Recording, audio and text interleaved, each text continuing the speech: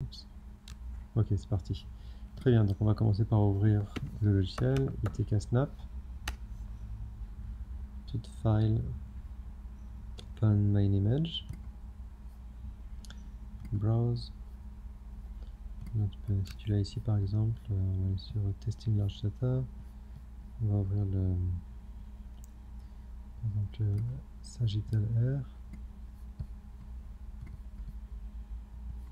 Hop.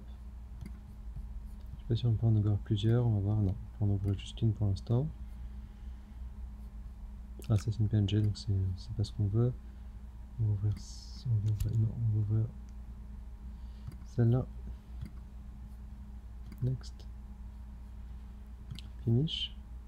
Ok. Donc là tu vas t'ouvrir une image, c'est la Sagittal. Ok. Maintenant on va ouvrir une autre image. File, add another image. Browse. On va prendre la T2 Star par exemple. Tac. Next. Ok. Il faut faire add separate as a separate image. Finish. Ok. Donc là. Voilà. Okay. Donc là tu vois effectivement les deux images sont côte à côte. Right? Oui. Les images sont côte à côte. On peut aussi zoomer avec les deux doigts. Ok. Avec les deux doigts ici sur le trackpad. Tu vois? Tu dis les deux images sont côte à côte, c'est-à-dire les deux images. Bah, la T2, la Sagittale à gauche ici, et puis la axiale à droite. D'accord. C'est-à-dire c'est deux contrastes, c'est deux contrastes différents, et puis Oui. toi, tu as besoin des deux contrastes pour pouvoir t'assurer qu'une lésion est bien une lésion. Tu vois? Normalement, les images seront recalées, mais en tout cas, déjà, tu peux commencer avec ça. Ok. Donc là, on voit qu'il y a une lésion, donc on peut maintenant activer la partie segmentation. On va cliquer sur segmentation. Non, c'est pas ici, c'est ici, le petit pinceau. Ouais. Petit pinceau, brush size, on va le mettre à 1 par exemple. Puis là, on peut bien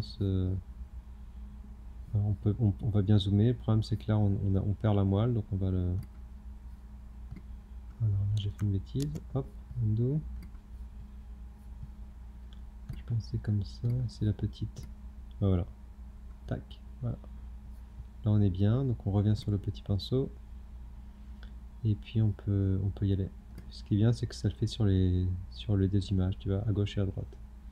Puis comme sur FSLI, si on appuie sur S, là c'est S maintenant, on peut faire un toggle on-off. Ensuite, hop, on passe à la.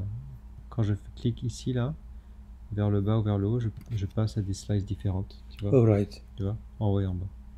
Tac. Donc là, je fais une autre slice. Voilà. Tac, tac, tac. Une autre slice. Voilà. Tac, tac, tac. Slice. Voilà. Tac, tac, tac.